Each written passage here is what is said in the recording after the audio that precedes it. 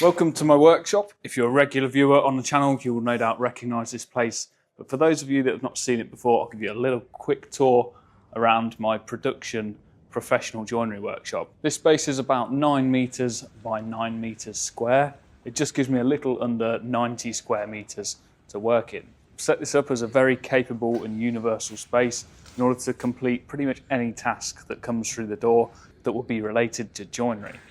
I've done some pretty cool projects. I've done a lot of curved work in the past. I've done some big batches of sash windows. I've done really ornate front doors, stairs, you name it. I've probably at some point in the last 18 years tackled it and overcome it within this space using traditional manual machines. But I've reached a stage where the inquisitive side of my mind is really just wanting to push into the next generation.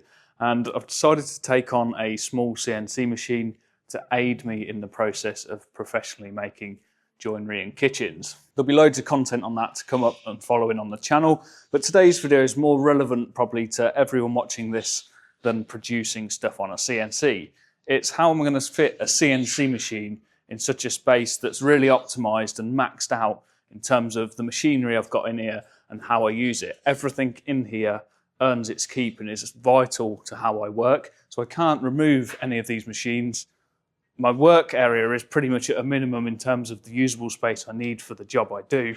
So I've got a real dilemma where I'm going to put this. And that problem got me thinking to the storage container that I've got outside the workshop. I acclimatise all my timber in here and store finished jobs so that they can acclimatise to a dry environment. When they go inside a customer's house, they don't then move and warp and twist and crack all the joints. And I know a few of my mentor students and people on the channel have messaged and said they've done the same thing after seeing it, and it's been one of the best things they've done for their business, and I'll definitely agree with that statement. So what I've ended up doing, and my idea that I think other people can copy if they want a CNC machine and haven't got the space, is to put one in a shipping container. I'll quickly show you what I've done. So this is a 20-foot container, but you could get away with the 10-foot. And inside I've installed a Trend Onefinity Foreman machine. This is part of a collaboration with Trend themselves, and I actually had Alex from Trend, one of the grandsons of the guy who established Trend as a business, came out and helped me set this machine up. It's got a 12-15mm by 12-15mm bed size or cutting area on the bed. You can put a bit bigger piece of material on there if you need to. And this is basically a very, very capable flatbed CNC machine that isn't a ridiculous size that it takes up half of your workshop.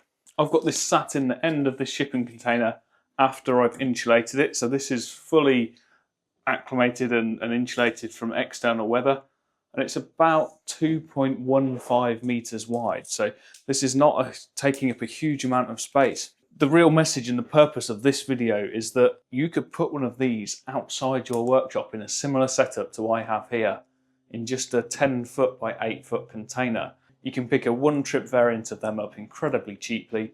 They don't take up much space at all, literally 10 feet by 8 feet. You can have a very capable production CNC machine sat outside your workshop. And actually one of the big advantages I've found to putting this in here is that it's completely out the way. I can be working in the workshop while this is doing quite a long machining operation. I've got no noise. I've got no dust from this machine in the workshop while I'm working, but I've also got no dust from my workshop getting in all the drives and the bearings and stuff on the machine. So it's sort of isolated in its own little world.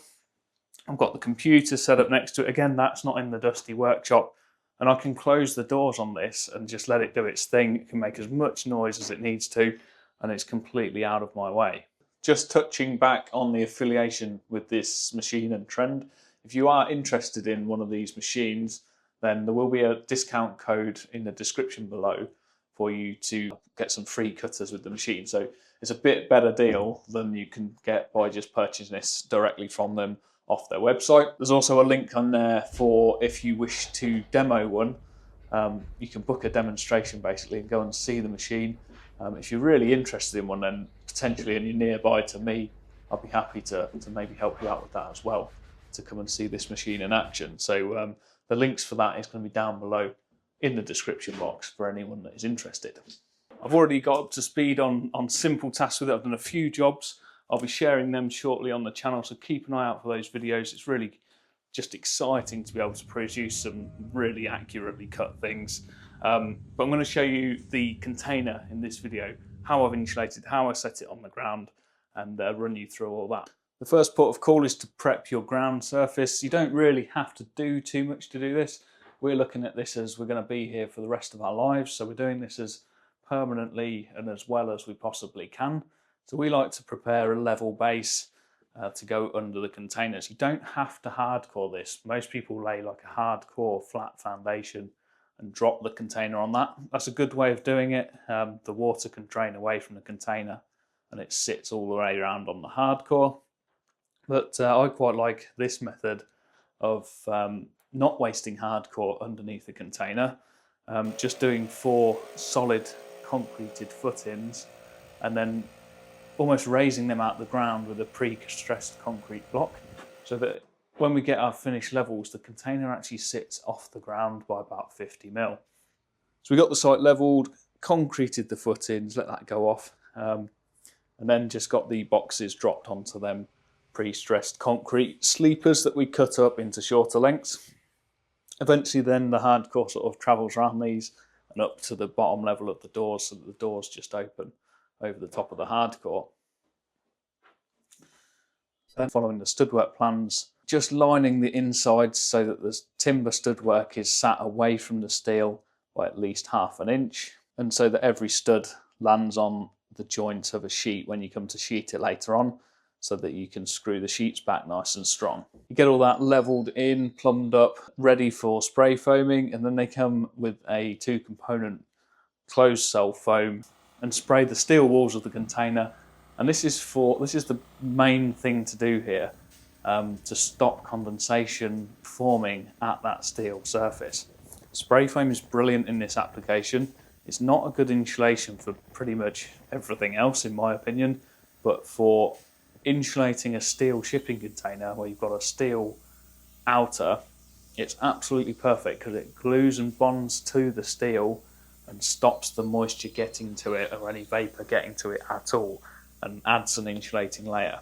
It also bonds all them timber uprights that we've got floating inside the box to the outside wall, so they become incredibly strong at the same time and fixed without having any fixings through to the outside of the container.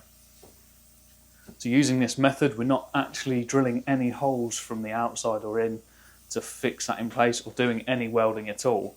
So the structural integrity and the paint coating of the box as it arrives is how it remains once this container has been fitted out with all the stuff inside. After we've done that, it's just a case of cutting the sheets. Again, I've got the panel saw in the workshop and a cutting diagram from the CAD drawings. There's a few little bits that will need trimming based on how the spray foam pushes the battens around as it expands. That's somewhat unavoidable, but on the whole part that went absolutely perfectly. All the sheets pretty much fitted straight in. It was incredibly hassle-free cutting them off of that plan. If you want to hide the wiring in the walls, obviously you can run that through in the stud work or behind the studs after it's been spray foamed. I wouldn't recommend doing that before spray foaming because I think the foam can attack the cabling sheathing and melt it in some types of foam. So be very careful about that if you're doing it, that it's protected from the foam against the sheath of the cable. Initially I didn't plan for this box to be the CNC room, so I just put the one socket in there, and so I'm going to have to add a few in at some point. And the lighting I've got is not ideal because it tends to pick up a flicker in the camera, so I'm probably going to have to change them as well. But at the end of all that, you're left with basically a clean slate. You can do whatever you want with this box. But yeah, this one has become my CNC room. You may have caught a glimpse of one of the projects that I've been working on in a section of this clip, and that was pretty cool. I'm going to be testing that and then coming up with the final product in the future. There we go, that is a CNC machine inside a shipping container. Hope you enjoyed this video. I've enjoyed making it, really enjoyed getting to grips with the CNC. I think one of the next videos on the channel is going to be about just taking a very simple job, drawing it out and then cutting it on the machine from start to finish, because it's something I struggled to find info on when I was looking whether I should buy one of these or not. It's just how simple or how easily can you integrate this in sort of the day-to-day custom work that I do. So that's going to be one of the next videos on the channel. Keep an eye out for that one. Don't forget, if you're interested in one of these and want to book a demo or go and buy one with a little bit of discount, then there's some codes and links down below in the description box. Thank you for watching, and I'll see you in that next video.